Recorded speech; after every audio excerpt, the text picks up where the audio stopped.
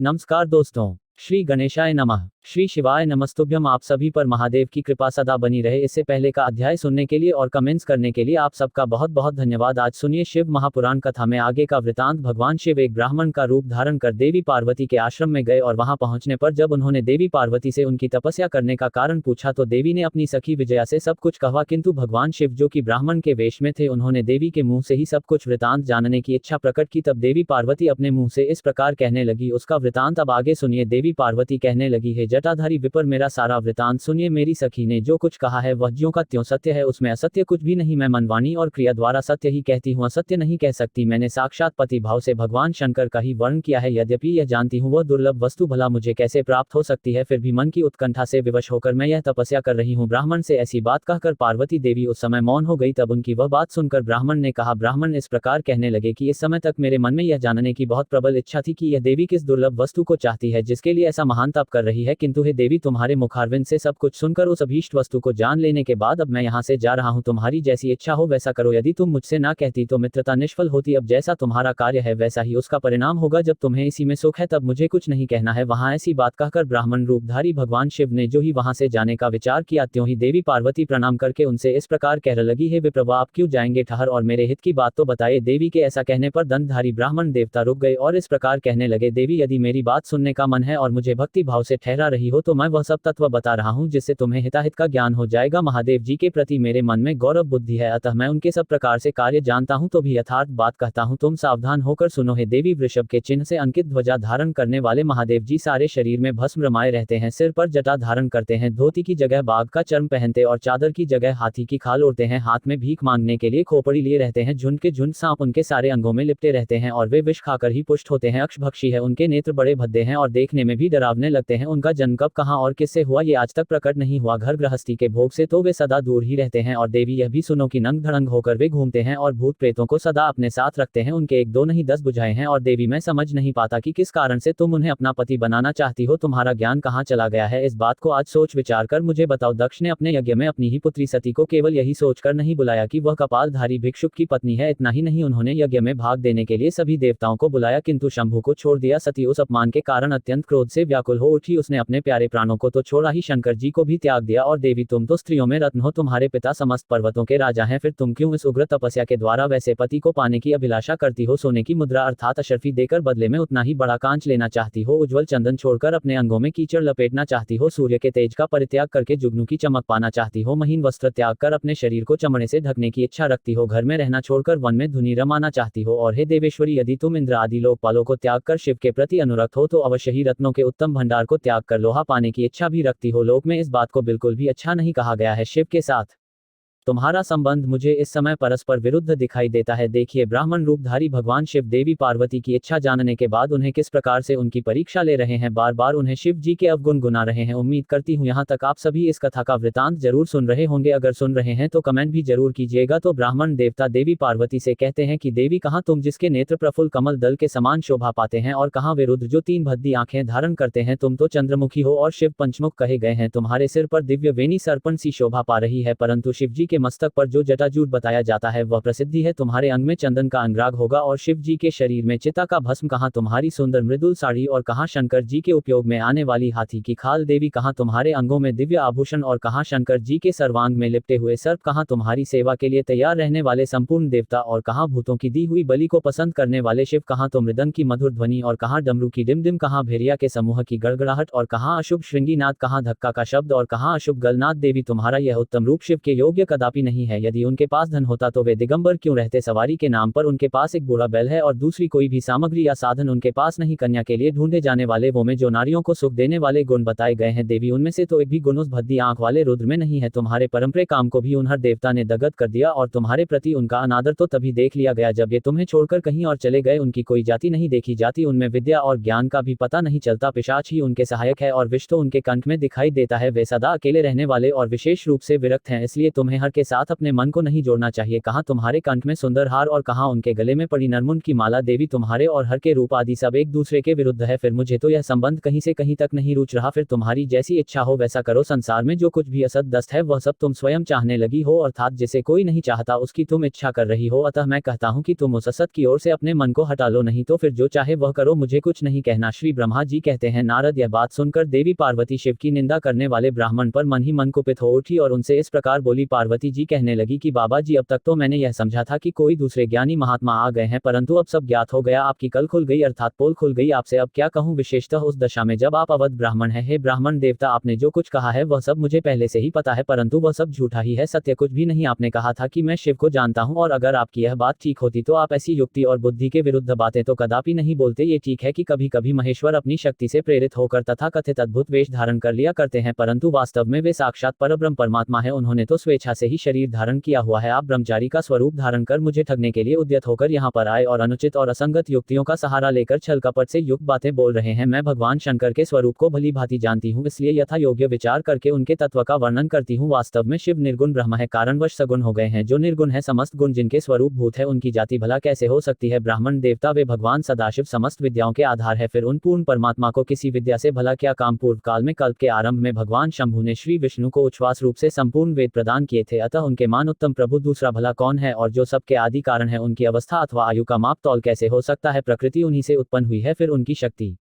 का दूसरा क्या कारण हो सकता है। जो लोग सदा प्रेम पूर्वक शक्ति के स्वामी भगवान शंकर का भजन करते हैं, उन्हें भगवान शंभु प्रभु शक्ति के उत्साह शक्ति और मंत्र शक्ति, यह तीनों अक्षय शक्तियां प्रदान करते हैं। भगवान शिव के भजन से ही जीव मृत्यु को जीत लेता है और निर्भय हो जाता है, इसलिए तीनों लोकों में उनका मृत्युंजय नाम प्रसिद्ध है। ब्राह्मण देवता उन्हीं के अनुग्रह से विष्णु तत्व को, ब्रह्मा जी ब्रह्म तत्व को और देवता देवत्व को प्राप्त हुए हैं। शिव जी का पक्ष लेकर बहुत बोलने से क्या लाभ। वे भगवान शंभु ही स्वयं महाप्रभु है। कल्याण रूपी शिव की सेवा से यह कौन सा मनोरथ है जो सिद्ध नहीं हो सकता। उन महादेव जी के पास किस बात की कमी है जो वे भगवान सदाशिव स्वयं मुझे पाने की इच्छा करें। यदि शंकर जी की सेवा ना करें तो मनुष्य 7 जन्मों तक दरिद्र ही रहता है, और उन्हीं की सेवा से सेवक को लोक में कभी नष्ट ना होने वाली लक्ष्मी जी प्राप्त हो जाती है, जिनके सामने 8 सिद्धियां नित्य आकर सिर नीचा किए इस इच्छा से नृत्य करती है कि वे भगवान हम पर संतुष्ट हो जाए। उनके लिए कोई भी हितकर वस्तु दुर्लभ भला कैसे हो सकती है। देवी पार्वती आगे कहती है, हे ब्राह्मण देवता, यद्यपि यहाँ मांगलिक कही जाने वाली वस्तुएं शंकर जी का सेवन नहीं करती, फिर भी उनके स्मरण मात्र से ही सभी का मंगल होता है। और यह बात तो आप भी भली भांति जानते हैं, जिनकी पूजा के प्रभाव से ही उपासक का हर प्रकार से भला हो जाता है, उद्धार हो जाता है, संपूर्ण कामनाएं सिद्ध हो जाती हैं। सदा निर्विकार रहने वाले उन परमात्मा शिव में विकार भला कहां से आ सकता है। जिस पुरुष के मुख में निरंतर शिव यह मंगलमय नाम निवास करता है, उसके दर्शन मात्र से ही अन्य सब सदा पवित्र हो जाते हैं। जैसा कि आपने कहा है कि वे चिता का भस्म लगाते हैं, परंतु यदि उनका लगाया हुआ भस्म अपवित्र होता तो उनके शरीर से अड़कर गिरे हुए उस भस्म को देवता लोग सदा अपने सिर पर कैसे धारण करते। अतः शिव जी के अंगों के स्पर्श से अपवित्र वस्तु भी पवित्र हो जाती है। जो महादेव सगुण हो, तीनों लोकों की कर्ता भरता और हरता है तथा निर्गुण रूप में शिव कहलाते हैं, वे बुद्धि के द्वारा पूर्ण रूप से कैसे जाने जा सकते हैं। परब्रह्म परमात्मा शिव का जो निर्गुण रूप है, उसे आप जैसे बहिर्मुखी और पापी हैं, वे देवताओं से बहिष्कृत हो जाते हैं। ऐसे लोग निर्गुण शिव के तत्व को नहीं जानते और ना कभी जान पाएंगे। जो पुरुष तत्व को ना जानने के कारण यहाँ शिव की निंदा करता, उसके जन्म भर का सारा संचित पुण्य भी भस्म हो जाता है। और आपने जो यहाँ अमित तेजस्वी महादेव जी की निंदा की है और मैंने जो आपकी पूजा की है, उससे मुझे पाप की भागनी होना पड़ा है। शिवद्रोही को देखकर वस्त्र सहित स्नान करना चाहिए और शिवद्रोही का दर्शन हो जाने पर प्रायश्चित करना चाहिए। इतना कहकर देवी पार्वती उस ब्राह्मण पर अधिक रुष्ट होकर कहने लगी, अरे रे दुष्ट, तूने कहा था कि मैं शंकर को जानता हूँ, परंतु निश्चय ही तूने उन सनातन शिव को नहीं जाना है। भगवान रुद्र को तू जैसा कहता है वैसे ही क्यों ना हो, उनके जैसे भी बहुसंख्यक रूप भला क्यों ना हो, सत्पुरुष के प्रथम नित्य निर्विकार भी भगवान शिव ही मेरे अभिम देव है। ध्यानपूर्वक सुनो, ब्रह्मा और विष्णु कभी भी उन महात्मा हर के समान नहीं हो सकते। फिर दूसरे देवताओं की तो भला बात ही क्या है, क्योंकि वे सदैव काल के अधीन है। और इस प्रकार अपनी शुद्ध बुब से तत्व विचार कर मैं शिव जी के लिए वन में आकर बड़ी भारी तपस्या कर रही हूँ। विभक्त वत्सल सर्वेश्वर शिव ही हम सबके परमेश्वर हैं। दिनों पर अनुग्रह करने वाले उन महादेव को ही प्राप्त करने की मेरी इच्छा है। श्री ब्रह्मा जी कहते हैं, नारद ऐसी बात कहकर गिरिराज नंदिनी गिरिजा मौन हो गई और निर्विकार चित्त से भगवान शिव का ध्यान करने लगी। देवी की बात सुनकर वह ब्रह्मचारी ब्राह्मण ज्यों ही कुछ फिर कहने के लिए तैयार हुए, त्यों ही शिव में आसक्ति चित होने के कारण उनकी निंदा सुनने से विमुख हुई। पार्वती अपनी सखी विजया से शीघ्र बोली। पार्वती जी कहने लगी, सखी, इस अधम ब्राह्मण को यत्नपूर्वक रोक लो, यह फिर कुछ कहना चाहता है। यह केवल शिव जी की ही निंदा करेगा, और जो शिव की निंदा करता है केवल उसी को पाप नहीं लगता, जो उस निंदा को सुनता है वह भी उस पाप का भागीदार बन जाता है। भगवान शिव के उपासकों को चाहिए कि वे शिव जी की निंदा ना कभी खुद करें और ना ही करने वाले का सहयोग करें। यदि वह ब्राह्मण हो तो उसे अवश्य ही त्याग दें और स्वयं उस निंदा के स्थान से शीघ्र दूर चले जाएं। यह दुष्ट ब्राह्मण फिर शिव जी की निंदा करेगा। ब्राह्मण होने के कारण यह तो वध है नहीं, अतः त्याग देने योग्य है, किसी भी तरह इसका मुंह नहीं देखना चाहिए। सखी, इस स्थान को छोड़कर हम लोग आज ही किसी दूसरे स्थान में शीघ्र ही चली जाएंगी, जिससे फिर इस अज्ञानी के साथ बात करने का अवसर मुझे दोबारा ना मिले। श्री ब्रह्मा जी कहते हैं, नारद, ऐसा कहकर उमा ने जैसे ही अन्यत्र जाने के लिए अपना पैर उठाया, त्यों ही भगवान शिव ने अपने साक्षात स्वरूप से प्रकट होकर प्रिया पार्वती का हाथ पकड़ लिया। प्रभु की कैसी अद्भुत लीला है। अपनी अपनी आंखें बंद कर कृपया इस दृश्य को अपने मन की आंखों से देखने की कोशिश करें। जब जैसे ही तैयार हुई उमा का हाथ भगवान रुद्र ने पकड़ा, तब उनके स्वरूप का जिस प्रकार से ध्यान करती थी, वैसा ही सुंदर रूप धारण करके भगवान शिव ने उन्हें दर्शन दिए। देवी पार्वती ने लज्जावश सब देखकर अपना मुंह नीचे की ओर कर लिया। तब भगवान शिव उनसे बोले, प्रिय, बताओ मुझे छोड़कर कहाँ जाओगी? अब मैं फिर कभी तुम्हारा त्याग नहीं करूंगा, मैं प्रसन्न हूँ, वर मांगो। देवी, मुझे तुम्हारे लिए कुछ भी अधे नहीं है। हे देवी, आज से मैं तपस्या के लिए मोल खरीदा हुआ तुम्हारा दास हो गया हूँ। तुम्हारा सौंदर्य भी अब मेरे मन को मोहने लगा है। अब तुम्हारे बिना मुझे एक क्षण भी एक युग के समान जान पड़ता है। देवी, अब लज्जा छोड़ो, तुम तो मेरी सनातन पत्नी हो। हे गिरिराज नंदिनी, हे महेश्वरी, मैंने जो कुछ कहा है उस पर श्रेष्ठ बुद्धि से विचार करो। सुस्थिर चित्त वाली पार्वती, मैंने नाना प्रकार से तुम्हारी बारंबार परीक्षा ली है। लोक लीला का अनुसरण करने वाले मुझ स्वजन के अपराध को क्षमा कर दो। देवी, तीनों लोकों में तुम्हारी जैसी अनुरागिनी मुझे दूसरी कोई नहीं दिखाई देती। मैं सर्वथा तुम्हारे अधीन हूँ, तुम्हारी इच्छा पूर्ण हो। प्रिय, मेरे पास आओ, तुम मेरी पत्नी हो और मैं तुम्हारा वर हूँ। तुम्हारे साथ मैं शीघ्र ही अपने निवास स्थान उत्तम पर्वत कैलाश को चलूंगा। श्री ब्रह्मा जी कहते हैं, देवाधिदेव महादेव जी के ऐसा कहने पर पार्वती देवी आनंद मग्न हो उठी। उनका तपस्या जनित पहले का सारा कष्ट मिट गया है। मुनि श्रेष्ठ सती साध्वी पार्वती जी की सारी थकावट दूर हो गई, क्योंकि परिश्रम फल जो प्राप्त हो गया था, और परिश्रम फल प्राप्त हो जाने पर प्राणी का पहले वाला सारा श्रम नष्ट हो जाता है। श्री ब्रह्मा जी कहते हैं, नारद, परमात्मा हर की यह बात सुनकर और उनके आनंददायी रूप का दर्शन पाकर पार्वती को बड़ा हर्ष हुआ। उनका मुख प्रसन्नता से खिल उठा, वे बहुत सुख का अनुभव करने लग। फिर उन महासाध्वी शिवा ने अपने पास ही खड़े हुए भगवान शिव से कहा, देवेश्वर, आप मेरे स्वामी हैं। हे प्रभु, पूर्व काल में आपने जिसके लिए हर्ष पूर्वक दक्ष के यज्ञ का विनाश किया था, उसे क्यों भुला दिया था? वही आप है और वही मैं हूँ। हे देवेश्वर, इस समय मैं तारकासुर से दुख पाने वाले देवताओं के कार्य की सिद्धि के लिए रानी मेना के गर्भ से उत्पन्न हुई हूँ। देवेश, यदि आप प्रसन्न हैं और यदि मुझ पर कृपा करते हैं तो मेरे पति हो जाए। ईशान है प्रभु, मेरी यह बात मान लीजिए। आपकी आज्ञा लेकर मैं पिता के घर जाती हूँ। अब आप अपने विवाह रूप परम उत्तम विशुद्ध यश को सर्वत्र विख्यात कीजिए। हे नाथ, हे प्रभु, आप तो लीलाएं करने में कुशल है, अतः मेरे पिता हिवा के पास चलिए और याचक बनकर उनसे मेरे लिए याचना कीजिए। लोक में मेरे पिता के यश को फैलाते हुए आपको ऐसा ही करना चाहिए। इस तरह आप मेरे संपूर्ण गृहस्थाश्रम को सफल बनाइए। जब आप प्रसन्नता पूर्वक ऋषियों से मेरे पिता को सब बातों की जानकारी कराएंगे, तब मेरे पिता अपने भाई बंधुओं के साथ आपकी आज्ञा का पालन करेंगे, और इसमें कोई संदेह नहीं है। प्रभु, जब मैं पहले प्रजापति दक्ष की कन्या थी और मेरे पिता ने आपके हाथ में मेरा हाथ दिया था, उस समय आपने शास्त्रोक्त विधि से विवाह का कार्य पूरा नहीं किया, अतः उस विवाह में ग्रह पूजन विषय की बड़ी भारी त्रुटि रह गई थी। इसलिए प्रभु हे महादेव, अब की बार देवताओं के कार्य की सिद्धि के लिए आप शास्त्रोक्त विधि से विवाह कार्य का संपादन कीजिए। विवाह की जैसी रीति है उसका पालन आपको अवश्य करना चाहिए। मेरे पिता हिवा को यह अच्छी तरह ज्ञात हो जाना चाहिए कि मेरी पुत्री ने शुभ काक तपस्या की है। देवी पार्वती की ऐसी बात सुनकर भगवान सदाशिव बड़े प्रसन्न हुए और उनसे हंसते हुए बड़े प्रेम पूर्वक कहने लगे। भगवान शिव ने कहा, हे देवी, हे महेश्वरी, मेरी यह उत्तम बात सुनो। यह उचित, मंगल कारक और निर्दोष है, इसे सुनकर ठीक वैसा ही करो। हे वरान्य, ब्रह्मा आदि जितने भी प्राणी हैं सब अनित्य है। भामिनी, यह सब जो कुछ दिखाई देता है इसे नश्वर समझो। मैं निर्गुण परमात्मा ही गुणों से युक्त हो एक से अनेक हो गया हूँ। जो अपने प्रकाश से प्रकाशित होता है वही परमात्मा मैं दूसरे के प्रकाश से प्रकाशित होने वाला हो गया। देवी, मैं स्वतंत्र हूँ, परंतु तुमने मुझे परतंत्र बना दिया। समस्त कर्मों को करने वाली प्रकृति और महामाया तुम ही हो। यह संपूर्ण जगत महाम ही रचा गया है। मुझ सर्वात्मका ने अपनी उत्तम बुद्धि के द्वारा इसे धारण मात्र कर रखा है। सर्वत्र परमात्मा भाव रखने वाले सर्वात्मक सिंचा है और ये तीनों गुणों से आवेष्टित है। हे देवी, हे वर वर्णन, कौन मुख्य ग्रह है, कौन से ऋतु समूह है, अथवा कौन दूसरे दूसरे उपग्रह है? इस समय तुमने शिव के लिए क्या कहा है, किस कर्तव्य का विधान किया है? गुण और कार्य के भेद से हम दोनों ने इस जगत में भक्त वत्सल के कारण भक्तों को सुख देने के हेतु अवतार ग्रहण किया है। तुम ही रजस तमोमय अर्थात त्रिगुणात्मक सूक्ष्म प्रकृति हो, सदा व्यापार कुशल सगुना और निर्गुणा भी हो। सुमध्य में मैं यहाँ संपूर्ण भूतों का आत्मा निर्विकार और निरी हूँ। भक्त की इच्छा से मैंने शरीर धारण किया है। हे लजे, मैं तुम्हारे पिता हिमालय के पास नहीं जा सकता तथा भिक्षुक होकर किसी तरह तुम्हारी उनसे याचना भी नहीं कर सकता है। गिरिराज नंदिनी, महान गुणों से अत्यंत गौरवशाली महात्मा पुरुष भी अपने मुंह से देही अर्थात दो यह बात निकालने पर तत्काल लघुता को प्राप्त हो जाता है। हे कल्याणी, ऐसा जानकर हमारे लिए क्या कहती हो? भद्रे, तुम्हारी आज्ञा से ही मुझे अब सब कुछ करना है, अतः जैसी तुम्हारी इच्छा हो वैसा करो। महादेव जी के ऐसा कहने पर भी सती साध्वी कमल लोचना महादेवी शिवा ने उन भगवान शंकर को बारंबार भक्ति भाव से प्रणाम करके कहा, देवी बोली, नाथ, आप तो आत्मा है और मैं प्रकृति, इस विषय में विचार करने की कोई बात ही नहीं है। हम दोनों स्वतंत्र और निर्गुण होते हुए भी भक्तों के अधीन होने के कारण सगुण हो जाते हैं। हे शंभव, हे प्रभु, आपको प्रयत्न पूर्वक मेरी प्रार्थना के अनुसार अनुसार ही कार्य करना चाहिए। हे शंकर, आप मेरे लिए याचना करें और हिवा को दाता बनने का सौभाग्य भी प्रदान करें। हे महेश्वर, मैं सदा आपकी भक्ता हूँ, अतः मुझ पर कृपा कीजिए नाथ। सदा जन्म जन्म में ही आपकी पत्नी होती रही हूँ। आप परब्रह्म परमात्मा है, निर्गुण है, प्रकृति से परे है, निर्विकार निर और स्वतंत्र परमेश्वर है। तथापि भक्तों के उद्धार में संलग्न होकर यहाँ सगुण भी हो जाते हैं, स्वात्मा राम होकर भी लीला बिहारी बन जाते हैं, क्योंकि आप नाना प्रकार की लीलाएं करने में कुशल है। हे महादेव, हे महेश्वर, मैं सब प्रकार से आपको जानती हूँ। हे सर्वज्ञ, अब बहुत कुछ कहने से क्या लाभ, अब मुझ पर दया कीजिए प्रभु। हे नाथ, हे महाप्रभु, आप अद्भुत लीला करके लोक में अपने सुयश का विस्तार कीजिए, जिसे गा गाकर लोग नया सभव सागर से पार हो जाए। श्री ब्रह्मा जी कहते हैं, नारद ऐसा कहकर गिरिजा ने महेश्वर को बारंबार प्रणाम किया और मस्तक झुकाकर हाथ जोड़ में मौन हो गई। उनके ऐसा कहने पर महात्मा महेश्वर ने लोक लीला का अनुसरण करने के लिए वैसा करना स्वीकार कर लिया। देवी पार्वती ने जो कुछ रहा था उसी को प्रसन्नता पूर्वक करने के लिए तत्पर होकर वे हंसने लगे। तदंतर हर्ष से भरे हुए शंभु अंतर्ध्यान हो कैलाश को चले गए। उस समय काली के विरह से उनका चित्त उन्हीं की ओर खींच गया था। कैलाश पर जाकर परमानंद में निमग्न हुए महेश्वर ने अपने नंदी आदि गणों से वह सारा वृतांत कह सुनाया। वे भैर आदि सभी गण भी वह सब समाचार सुनकर अत्यंत सुखी हो गए और महान उत्सव करने लगे। नारद, उस समय वहां महान मंगल होने लगा, सबके दुख नष्ट हो गए और रुद्रदेव को भी पूर्ण आनंद प्राप्त हुआ। श्री ब्रह्मा जी कहते हैं, नारद, भगवान शंकर के अपने स्थान को चले जाने पर सखियों सहित देवी पार्वती भी अपने रूप को सफल करके महादेव जी का नाम लेती हुई अपने पिता के घर चली गई। पार्वती जी का आगमन सुनकर मैना और हिमाचल दिव्य रथ पर आरूढ़ होकर हर्ष से विबल होकर उनकी अगवानी के लिए अर्थात उनके सम्मान के लिए, उनके स्वागत के लिए चले। पुरोहित, पुरवासी, एक सखियां और अन्य सभी संबंधी भी वहां पहुंचे। पार्वती जी के सारे भाई मैनाक आदि बड़े हर्ष के साथ जय जयकार करते हुए उन्हें घर ले जाने के लिए आ गए। इसी बीच में पार्वती अपने नगर के निकट आ गई। नगर में प्रवेश करते समय शिवा देवी ने अपने माता पिता को देखा, जो कि अत्यंत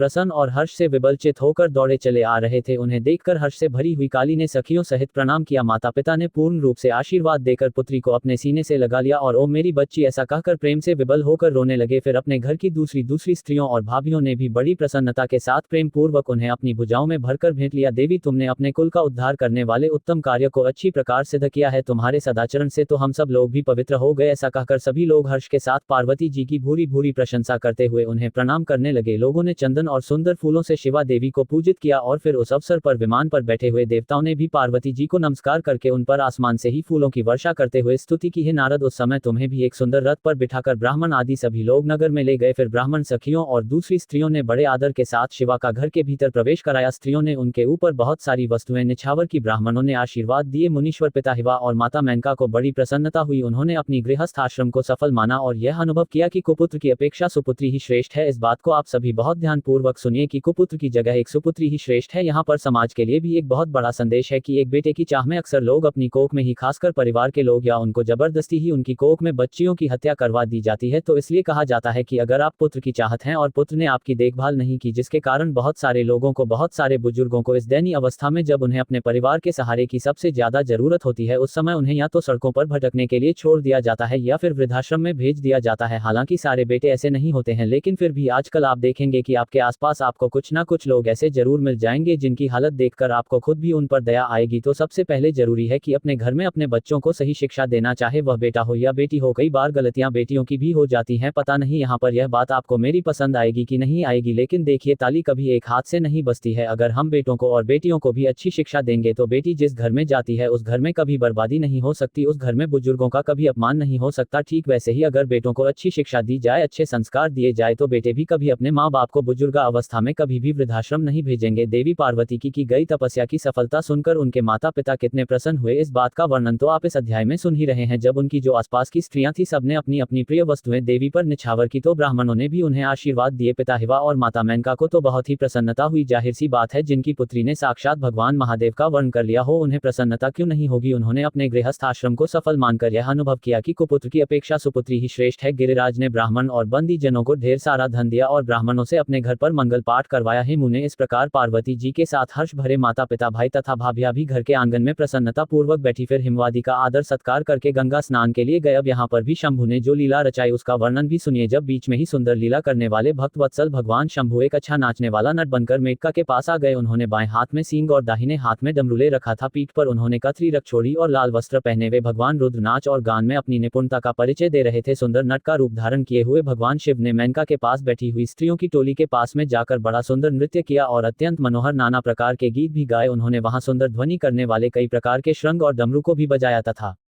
नाना प्रकार की बड़ी मनोहारी लीलाएं भी की। नटराज की उस लीला को देखने के लिए नगर के सभी स्त्री पुरुष और बालक वृद्ध भी सहसा वहां पहुंचे। मुने उस सुमधुर गीत को सुनकर और उस पर भी उस उत्तम मनोहर नृत्य को देखकर वहां आए हुए सभी लोग तत्काल मोहित हो गए। मैना भी मोही गई। उधर देवी पार्वती ने अपने हृदय में भगवान शंकर का साक्षात दर्शन कर लिया। वे त्रिशूल आदि चिन्ह धारण किए अत्यंत सुंदर दिखाई दे रहे थे। उनका सारा अंग विभूति से विभूषित था। वे हड्डियों की माला से अलंकृत थे। उनका मुख सूर्य चंद्र और अग्नि रूप 3 नेत्रों से उदास था। उन्होंने नाग का यज पवित्र धारण किया था। उनके उस सुरम्य रूप को देखकर दुर्गा प्रेमावे से मूर्छित हो गई। गौर वर्ण विभूषित दीन बंधु दया सिंधु और सर्वथा मनोहर महेश्वर पार्वती जी से कह रहे थे कि वर मांगो। अपने हृदय में विराजमान महादेव जी को इस रूप में देखकर देवी पार्वती ने उन्हें प्रणाम किया और मन ही मन यह वर भी मांगा कि आप बस मेरे पति हो जाए। प्रभु प्रीति युक्त हृदय से शिवा को वैसा कल्याणकारी वर देकर वे पुनः अंतर्ध्यान हो गए और वहां पूर्ववत भिक्षा मांगने वाला नट बनकर पहले की तरह उत्तम नृत्य करने लगे। उस समय मैना सोने की थाली में रखे हुए बहुत सारे सुंदर रत्न लेकर उन्हें प्रसन्नता पूर्वक देने के लिए गई। उनका वह ऐश्वर्य देखकर भगवान शिव बड़े ही प्रसन्न हुए। मन में तो बड़े प्रसन्न हुए परंतु उन्होंने उन रत्नों को स्वीकार नहीं किया। वे भिक्षा में उनकी पुत्री शिवा को ही मांगने लगे। अब आप भी मन में धारणा कीजिए कि कहां तो भला भगवान शिव और कहां एक साधारण सनत मैना अपनी पुत्री का हाथ किसके हाथ में देना चाहती थी। अब भोलेनाथ की लीला तो देखिए। पहले उन्होंने देवी पार्वती की परीक्षा ली, फिर उन्होंने अब उनकी माता मैना की परीक्षा लेना चाहा। जब मैना से उन्होंने उनकी पुत्री का हाथ मांगने की बात की और फिर से वह पहले की तरह सुंदर नृत्य और गान करने को तैयार हुए तो मैना उस भिक्षुक नट की बात सुनकर बहुत ही क्रोधित हो गई और लगी उसे डांटने फटकने। उनके मन में तो उसे बाहर निकाल देने की भी इच्छा हुई। इसी बीच में गिरिराज हिवा गंगा जी से स्नान कर लौट आए। उन्होंने अपने सामने उस नरा भिक्षु को आंगन में खड़ा हुआ देखा और मैना के मुख से सारी बातें सुनकर उन्हें भी बड़ा क्रोध हुआ कि भला नट हमारी पुत्री से विवाह करना चाहता है। उन्होंने उसी समय अपने सेवकों को आज्ञा दी कि इस नट को यहाँ से बाहर निकाल दो। मुनि श्रेष्ठ वे नटराज विशालकाय अग्नि की भांति अपने उत्तम तेज से प्रज्वलित हो रहे थे। उन्हें छूना भी कठिन था। अब ऐसे में उन्हें कोई बाहर तो भला क्या निकाल सकता। कोई उन्हें छू तक नहीं पाया क्योंकि उन्हें छूना भी बड़ा कठिन था। फिर तो नाना प्रकार की लीलाओं में विशारद उन भिक्षु शिरोमणि ने शैलराज को अपना अनंत प्रभाव दिखाना प्रारंभ कर दिया। हिवा ने देखा कि भिक्षुक ने वहां तत्काल ही भगवान विष्णु का रूप धारण कर लिया है। उनके मस्तक पर किरीट, कानों में कुंडल और शरीर पर पीत वस्त्र शोभा पा रहे हैं। उनकी 4 भुजाएं हैं। हिवा ने पूजा के समय गदाधारी श्री हरि को जो पुष्प आदि चढ़ाए थे वे सब उन्होंने उस भिक्षु के शरीर और मस्तक पर देखे। फिर गिरिराज ने उन भिक्षु शिरोमणि को जगत सृष्टा चतुर्मुख ब्रह्मा जी के रूप में देखा जिनके शरीर का वर्ण लाल था और वे वैदिक सूक्त का पाठ कर रहे थे। फिर शैलराज ने उन कौतुककारी नटराज को एक क्षण में ही जगत के नेत्र रूप सूर्य के आकार में देखा। तात इसके बाद तो वे महान अद्भुत रुद्र के रूप में दिखाई दिए। उनके साथ देवी पार्वती भी थी और वे उत्तम तेज से संपन्न रमणीय रुद्र धीरे धीरे हंस रहे थे। फिर वे केवल तेजो में रूप में दृष्टि गोचर हुए। उनका वह स्वरूप निराकार, निरंजन, उपाधि शून्य, निरीह और अत्यंत अद्भुत था। इस प्रकार एक क्षण में ही हिवा ने उनके बहुत सारे रूप देख लिए। इससे उन्हें बड़ा विस्मय हुआ और वे तुरंत ही परमानंद में निमग्न हो गए। फिर सुंदर लीला करने वाले उन भिक्षु शिरोमणि ने हिमवादी को ही भिक्षा के रूप में मांगा। दूसरी कोई वस्तु ग्रहण ही नहीं की परंतु शिव जी की माया से मोहित होने के कारण शैलराज ने उनकी उस प्रार्थना को स्वीकार नहीं किया। फिर भिक्षु ने भी कोई वस्तु नहीं ली और वहां से अंतर्ध्यान हो गए। तब मैना और शैलराज को उत्तम ज्ञान हुआ और वे सोचने लगे कि भगवान शिव हमें अपनी माया से चलकर अपने स्थान को चले गए। यह विचार कर उन दोनों की भगवान शिरंपरा भक्ति हुई जो महान मोक्ष की प्राप्ति कराने वाली, दिव्य तथा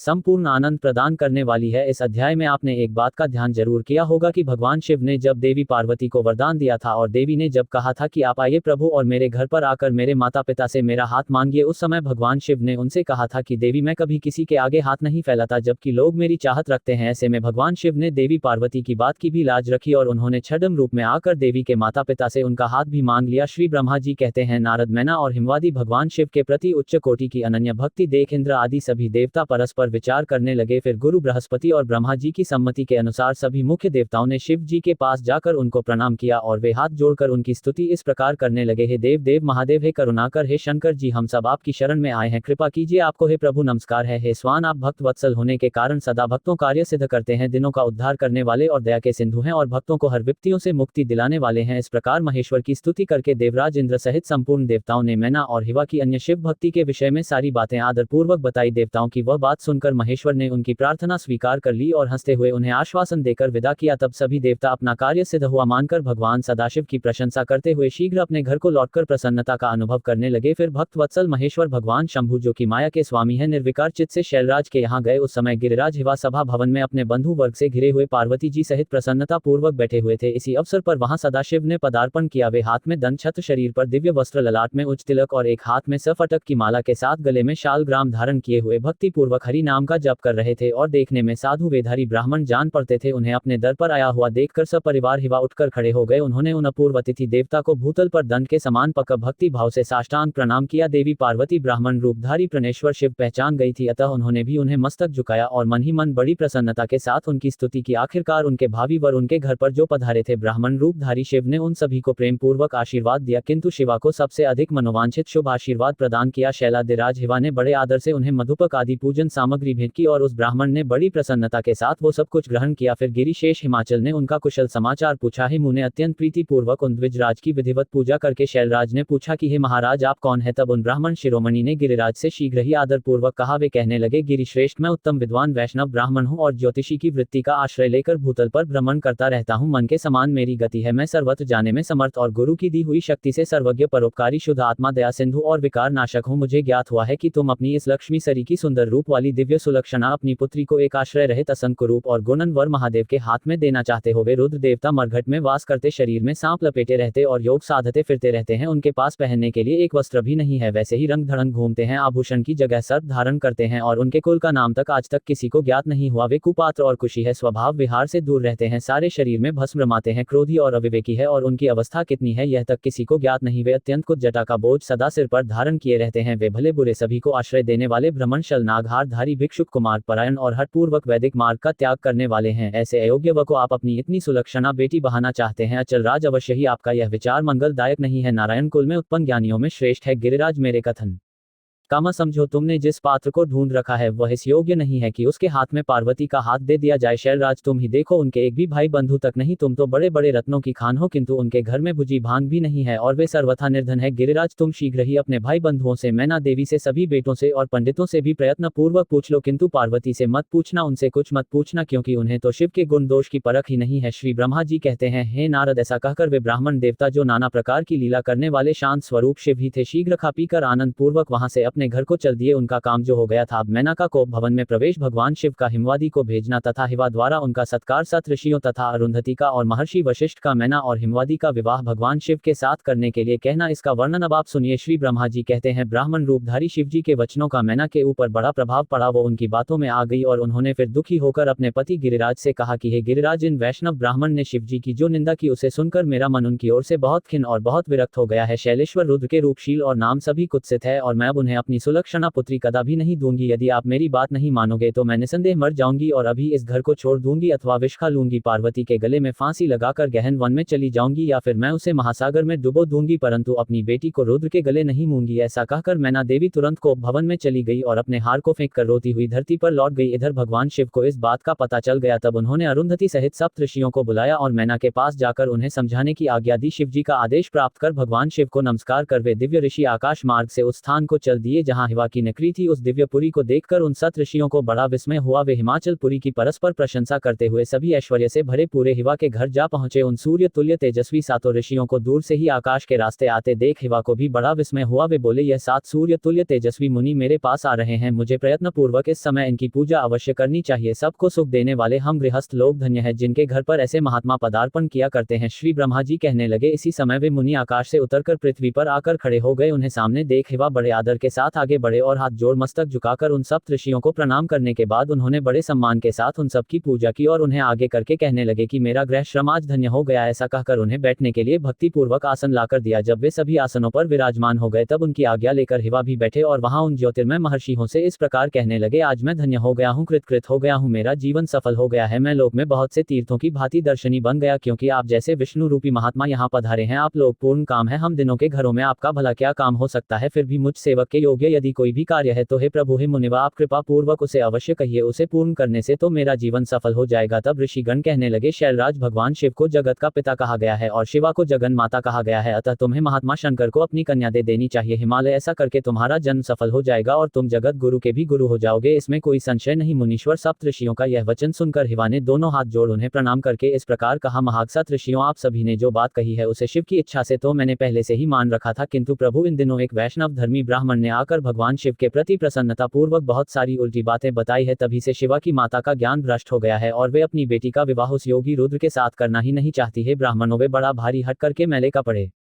पहन को भवन में चली गई हैं और समझाने पर भी समझ नहीं रही। मैं भी उस वैष्णव ब्राह्मण की बात सुनकर ज्ञान भ्रष्ट हो गया हूँ। आपसे सच कहता हूँ, भिक्षुक रूपधारी महेश्वर को बेटी देने की मेरी भी अब इच्छा नहीं रही। श्री ब्रह्मा जी कहते हैं, नारद मुनियों के बीच में बैठे हुए शैलराज शिव की माया से मोहित होकर उपर्युक्त बात कहकर चुप हो गए। तब उन सभी सत्य ऋषियों ने शिव की माया को समझ लिया और प्रशंसा करके मेनका के पास अरुंधति को भेजा। पति की आज्ञा पाकर ज्ञानदयनी अरुंधति देवी तुरंत उस घर में गई, उस कोप भवन में गई जहाँ मैना और पार्वती थी। जाकर उन्होंने देखा कि मैना तो शोक से आकुल होकर पृथ्वी पर पड़ी है। तब उन साध्वी देवी ने बड़ी सावधानी के साथ मधुर और हितकर बात कही। अरुंधति बोली, हे साध्वी रानी, मैन के उठो। मैं अरुंधति तुम्हारे घर में आई हूँ और दयालु सत ऋषि भी पधारे हैं। अरुंधति का स्वर सुनकर मेनका शीघ्र धरती से उठ गई और लक्ष्मी जैसी तेजस्विनी उन पतिव्रता देवी के चरणों में मस्तक रखकर बोली, अहो हम पुण्य जन्मा जीवों को आज यह किस पुण्य का फल मिला है कि हमारे इस घर में जगत सृष्टा ब्रह्मा जी की पुत्र वधु और महर्षि वशिष्ठ की पत्नी पधारी है। देवी आप किस लिए आई है यह मुझे बताइए, मैं और मेरी पुत्री आपकी दासी के समान है, आप हम पर कृपा कीजिए। मेनका के ऐसा कहने पर साध्वी अरुंधति ने उनको बहुत अच्छी तरह समझाया बुझाया और उन्हें साथ ले वे प्रसन्नता पूर्वक उस स्थान पर आई जहां वे सत ऋषि विद्यमान थे। सत ऋषि चीत में बड़े निपुण थे। उन सभी ने भगवान शिव के युगल चरणा बंदों का स्मरण करके शैलराज को समझाना आरंभ किया। ऋषिगण इस प्रकार कहने लगे, शैलेंद्र हमारा शुभ काक वचन सुनो, तुम पार्वती का विवाह शिव के साथ कर दो और संहार करता रुद्र के ससुर हो जाओ। शंभु तो सर्वेश्वर है, वे किसी से याचना नहीं करते। स्वयं श्री ब्रह्मा जी ने भी तारकासुर के विनाश के लिए एक वीर पुत्र उत्पन्न करने के उद्देश्य को लेकर भगवान शिव से यह प्रार्थना की है कि वे अब विवाह कर ले। भगवान शंकर तो योगियों के शिरोमणि है, वे विवाह के लिए कतई उत्सुक नहीं है। केवल श्री ब्रह्मा जी की प्रार्थना से ही वे महादेव तुम्हारी कन्या का पानी ग्रहण करेंगे। तुम्हारी पुत्री ने जब तपस्या की थी उस समय उनके सामने उन्होंने इससे विवाह की प्रतिज्ञा कर ली थी और अब केवल उन्हीं दो कारणों से भगवान शिव विवाह करेंगे। ऋषियों की ये बात सुनकर हिमालय हंस पड़े और फिर कुछ भयभीत होकर विनय पूर्वक बोले। हिमालय ने कहा, मैं शिव के पास कोई भी राजोचित सामग्री नहीं देखता हूँ मुनिव, उनका ना कोई घर है, ना ऐश्वर्य है और ना कोई स्वजन या बंधु बांधव ही है। मैं अत्यंत निर्लिप्त योगी को अपनी बेटी नहीं देना चाहता। आप लोग वेद विधाता ब्रह्मा जी के पुत्र हैं, अतः आप निश्चित विचार कीजिए और कहिए, जो पिता काम से मोह से भय से अथवा लोभ से किसी अयोग्य वर के हाथों में अपनी कन्या दे देता है वह मरने के बाद घोर नरक में जाता है। अतः मैं स्वेच्छा से भगवान शूलपानी को अपनी कन्या नहीं दूंगा, इसलिए महर्षि हो, जो उचित विधान हो उसे आप लोग कीजिए। नारद हिमाचल के इस वचन को सुनकर बातचीत करने में निपुण महर्षि वशिष्ठ ने उनसे इस प्रकार कहा। वशिष्ठ कहने लगे, शैलेश्वर मेरी बात सुनो, यह सर्वथा तुम्हारे लिए हितकारक, धर्म के अनुकूल, सत्य तथा इस लोक और परलोक में सुखदायक है। शैलराज लोक तथा वेद में 3 प्रकार के वचन उपलब्ध होते हैं। शास्त्रज्ञ पुरुष अपनी निर्मल ज्ञान दृष्टि से उन सब प्रकार के वचनों को जानता है। एक तो वह वचन है जो तत्काल सुनने में बड़ा प्रिय लगता है, बड़ा सुंदर लगता है, परंतु अपने पीछे वह बड़ा ही असत्य और अहितकारक सिद्ध होता है। बहुत सारी ध्यान देने वाली बातें इस अध्याय में है, आप सभी ध्यान पूर्वक सुनिए। का ऐसा वचन बुद्धिमान शत्रु ही कहता है और उससे कभी किसी का हित नहीं होता। दूसरा वचन वह है जो आरंभ में तो अच्छा नहीं लगता, उसे सुनकर अप्रसार की हो सकती है, परंतु परिणाम में वह सुख देने वाला होता है, जिसे कटु सत्य भी कहते हैं। और इस तरह का वचन कहकर दयालु धर्मशील बंधु बांधव ही कर्तव्य का बोध कराता है। तीसरी श्रेणी का वचन वह है जो सुनते अमृत के समान मीठा लगता है और सभी काल में सुख देने वाला होता है। सत्य ही उसका सार होता है, इसलिए वह हितकार्य सबसे श्रेष्ठ और सभी के लिए अभीष्ट है। शैलराज, इस तरह नीति शास्त्र में 3 प्रकार के वचन कहे गए हैं, इन तीनों में तुम्हें कौन सा वचन अभीष्ट है बताओ, मैं तुम्हारे लिए वैसा ही वचन कहूंगा। भगवान शंकर संपूर्ण देवताओं के स्वामी है, उनके पास बाह्य संपत्ति नहीं है। इसका कारण यह है कि उनका चित्त एकमात्र ज्ञान के महासागर में मग्न रहता है, जो ज्ञानानंद स्वरूप और सभी के ईश्वर हैं। उन्हें लौकिक बाह्य वस्तुओं की क्या इच्छा होगी। गृहस्थ पुरुष राज्य और संपत्ति से सुशोभित होने वाले वर को अपनी पुत्री देता है, क्योंकि किसी दीन दुखी को कन्या देने से पिता कन्या घाती होता है, उसे कन्या के वध का पाप लगता है। कौन जानता है कि भगवान शंकर दुखी है। कुबेर जिनके किंकर हैं, जो अपनी भ्रूभन की लीला मात्र से संसार की सृष्टि और संहार करने में समर्थ है, उन्हें गुणातीत परमात्मा और प्रकृति से परे परमेश्वर कहा जाता है। सृष्टि पालन और संहार करने वाली जिनकी त्रिविध मूर्ति ही ब्रह्मा विष्णु और हर नाम धारण करती है, उन्हें कौन निर्धन अथवा कौन दुखी कह सकता है। ब्रह्मलोक में निवास करने वाले ब्रह्मा, क्षीर सागर में रहने वाले श्रीहरि तथा कैलाशवासी हर, यह सब शिव की ही विभूतियां हैं। शिव से प्रकट हुई प्रकृति भी अपने अंश से 3 प्रकार की मूर्तियों को धारण करती है। जगत में लीला शक्ति से प्रेरित होकर वह अपनी कला से बहुत सा रूप धारण करती है। समस्त वांगम की अधिष्ठात्री देवी वाणी उनके मुख से प्रकट हुई है और सर्वसम्मत स्वरूपिणी लक्ष्मी वक्ष स्थल से आविर्भव हुई है। और शिवा ने देवताओं के एकत्र हुए तेज से अपने को प्रकट किया था, संपूर्ण दानवों का वध करके देवताओं को स्वर्ग की लक्ष्मी प्रदान की थी। देवी शिवा कल्पा में दक्ष की पत्नी के उदर से जन्म ले सती नाम से प्रसिद्ध हुई और हर को उन्होंने पति के रूप में प्राप्त किया। दक्ष ने स्वयं ही भगवान शिव को अपनी पुत्री दी थी। सती ने पति की निंदा सुनकर योग बल से अपने शरीर को त्याग दिया था, वे ही सती अब तुम्हारे घर में पैदा हुई है। शैलराज, वे शिवा जन्म जन्म में शिव की ही पत्नी होती है। प्रत्येक कल्प में बुद्धि रूपा दुर्गा ज्ञानियों की श्रेष्ठ माता होती है। यह सदा सिद्ध सिद्ध दायिनी और सिद्ध रूपिणी है। भगवान हर चिता भस्म के रूप में सती के अस्थि चूर्ण को ही स्वयं प्रेम पूर्वक अपने अंगों में धारण करते हैं। अतः हे गिरिराज, तुम स्वेच्छा से ही अपनी मंगलमय कन्या को भगवान हर के हाथों में दे दो, यदि तुम नहीं दोगे तो वह स्वयं प्रियतम के स्थान में चली जाएंगी। देवेश्वर शिव तुम्हारी पुत्री का अनंत क्लेश देखकर ब्राह्मण के रूप में इसकी तपस्या के स्थान पर आए थे और इसके साथ विवाह की प्रतिज्ञा करके इसे आश्वासन और वर देकर अपने आवास स्थान को वापस लौट गए थे। हे गिरे, पार्वती की प्रार्थना से ही शंभु ने तुम्हारे पास आकर इसके लिए याचना की और तुम दोनों ने शिव भक्ति में मन लगाकर उनकी उस याचना को स्वीकार भी कर लिया था। गिरीश्वर, बताओ फिर किस कारण से तुम्हारी बुद्धि विपरीत हो गई। भगवान शिव ने देवताओं की प्रार्थना से प्रभावित होकर हम सब ऋषियों को और अरुंधति देवी को भी तुम्हारे पास भेजा है। हम तुम्हें यही शिक्षा देते हैं कि पार्वती को रुद्र के हाथों में दे दो। हे गिरे, ऐसा करने पर तुम्हें महान आनंद प्राप्त होगा। शैलेंद्र, यदि तुम स्वेच्छा से अपनी बेटी शिवा को शिव के हाथ में नहीं दोगे तो भावी के बल से इन दोनों का विवाह हो जाएगा। तात भगवान शंकर ने तपस्या में लगी हुई पार्वती को ऐसा ही वर दिया। भगवान की हुई प्रतिज्ञा कभी पलट नहीं सकती। गिरिराज, ईश्वर के वश में रहने वाले समस्त साधु पुरुषों की भी प्रतिज्ञा का संसार में किसी के द्वारा उल्लंघन होना कठिन है, फिर साक्षात ईश्वर की प्रतिज्ञा के लिए तो कहना ही क्या है। जय भोलेनाथ। आज का अध्याय समाप्त हुआ। अगर आपको यह वीडियो पसंद आई हो तो प्लीज वीडियो को लाइक जरूर कीजिएगा।